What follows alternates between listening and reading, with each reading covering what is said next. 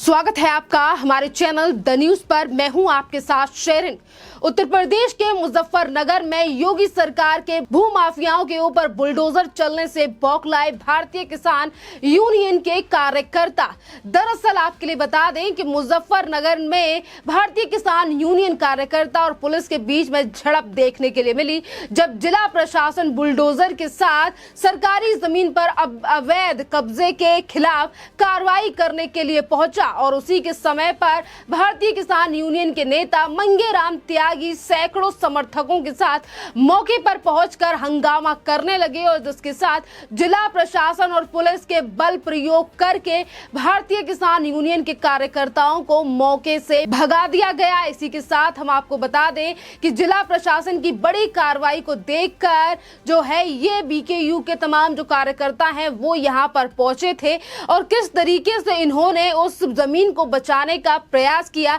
यानी कि वो जमीन जो कि सरकारी जमीन है और जिस पर पहले से भू माफियाओं ने कब्जा कर रखा था। और इसी के साथ क्षेत्र में सरकारी जमीन पर अवैध कब्जेधारियों के पसीने छूट गए। भू माफिया जो है वो दुकान और मकान छोड़कर 9-2-11 हो गए। एक तरफ भू माफिया 9-2-11 हो गए तो वहीं दूसरी तरफ जो है भारतीय किसान यूनियन के कार्यकर्ताओं को भी वहां से हटा दिया गया, यानी कि झड़प के दौरान पुलिस ने उन्हें भी जो है वो किनारे कर दिया, जिस तरीके से वो जेसीबी की इस कार्रवाई को रुकवाने के लिए यहां पर आए थे। इसी के साथ आपको बता दें कि उत्तराखंड को जोड़ने वाले राष्ट्रीय राजमार्ग 334 पर लोक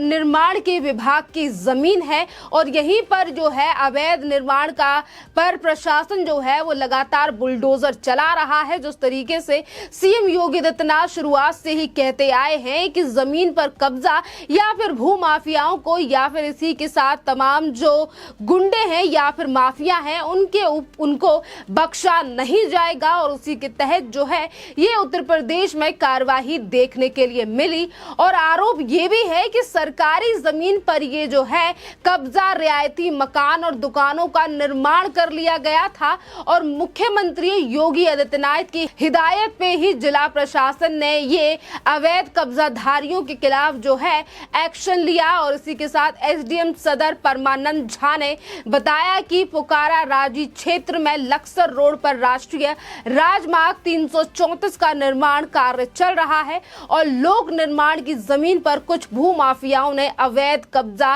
किया हुआ था और इसी भू माफिया यानी कि इन्हीं भू माफियाओं को हटाने के लिए और इसी कब्जे को छुड़ाने के लिए आज प्रशासन जो है वो बुलडोजर लेकर यहां पहुंचा था। और किस तरीके से जो बीकेयू के तमाम कार्यकर्ता और नेता ये कहते हैं कि वो किसान है या फिर जिस तरीके से देश की राजधानी दिल्ली में इतने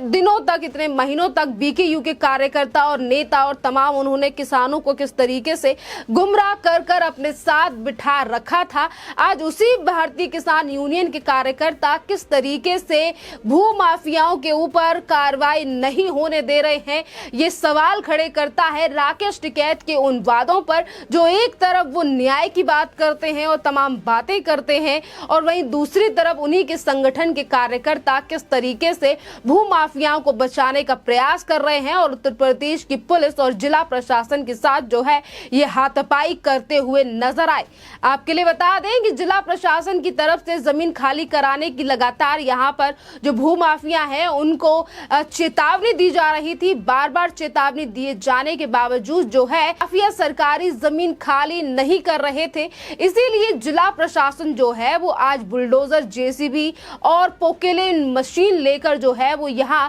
राष्ट्रीय राजमार्ग पर अवैध कब्जे को ध्वस्त करने के लिए पहुंचा और इसी के साथ कार्रवाई में 68 दुकानों और मकानों को जमीनों जब्त कर दिया गया बुलडोजर के द्वारा। इसी के साथ उन्होंने कहा कि कार्रवाई के दौरान बीकेयू कार्यकर्ताओं ने सरकारी काम में बाधा डालने की कोशिश की, लेकिन पुलिस ने हल्का बल प्रयोग करके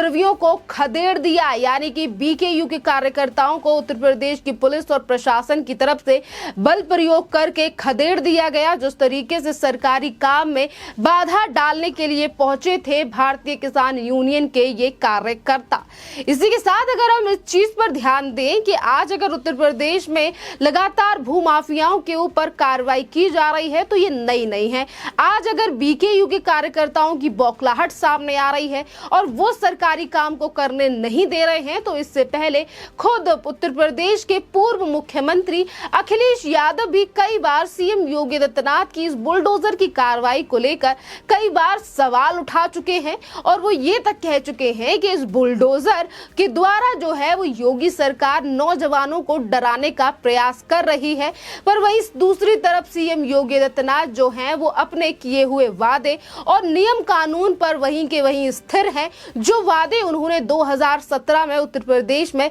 सरकार बनने के बाद किए थे, और आज अगर उत्तर प्रदेश के प्रशासन की बात करें तो जहां एक तरफ भू माफियाओं से जमीनों को आजाद कराया जा रहा है, जमीनों को वापस लिया जा रहा है, तो वहीं दूसरी तरफ वो भू माफिया जिनका कभी राज चलता था, आज उन तमाम गुंडे माफियाओं की जमीनों को भी जो है उन पर भी कब्जा जो है वो राज्य सरकार की तरफ से किया जा रहा है और जो जमीन कब्जे में थी उन जमीनों को भी छुड़वाया जा रहा है। आज अगर बीकेयू के जो कार्यकर्ता हैं वो इस तरीके से विरोध करते हुए सामने आए हैं, तो इससे पहले समाजवादी पार्टी के भी कई ऐसे नेता और कार्यकर्ता हैं जिनकी जमीनों पर इसी तरीके से बुलडोजर जो है वो उत्तर प्रदेश के प्रशासन के द्वारा चलाया गया है। जिस तरीके से सत्ता का नाजायज फायदा उठाते हुए अखिलेश यादव सरकार के राज में ये तमाम चीजें हुआ करती थी, पर आज उत्तर प्रदेश में सीएम योगी आदित्यनाथ की इन्हीं नीतियों की वजह से उत्तर प्रदेश की